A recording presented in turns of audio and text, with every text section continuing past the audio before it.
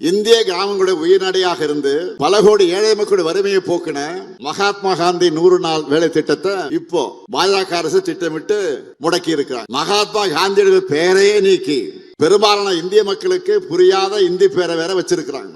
மதச்சார்பின்மை, ஒற்றுமை என்ற சொற்கள் அது பாஜகவுக்கு பிடிக்காது. அதனால அதையெல்லாம் வாழ்நாளெல்லாம் வலியுறுத்தின காந்தியை அவங்களுக்கு பிடிக்காது. உலகம் முழுக்க இந்தியாவோட அடையாளமா இருக்கிற தேசத்தந்த காந்தியோட பேரையே இன்றைக்கு நீக்கி இருக்கிறாங்க. காந்தியோட பேரை நீக்கினது மட்டும் இல்ல, 100 நாள் வேலை திட்டத்தின் உண்மையான நோக்கத்தையே காலி பண்ணிட்டாங்க, அழிக்கிறாங்க.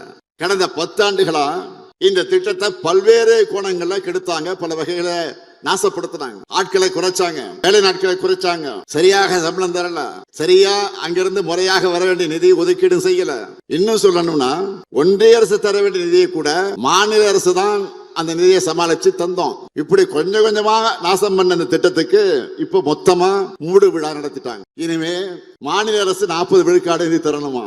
ஏற்கனவே நிதி நெருக்கடி உருவாக்கி நிதி ரிலீஸ் பண்ணாம நிறுத்தி வச்சு நம்ம முடக்க பார்க்கிறவங்க இப்ப கூடுதல் சுமைய நம்ம தலையில கட்டுறாங்க. அறுவடை காலங்கள்ல 60 நாட்கள் வேலை எதுவும் வழங்கப்படாதுன்னு வேற மாற்றம் செஞ்சிருக்கிறாங்க. இதனால் வேளாண் பணி செய்தவங்க வாழ்வாதாரம் பெரிய அளவுல பாதிப்பை சந்திக்கிறாங்க.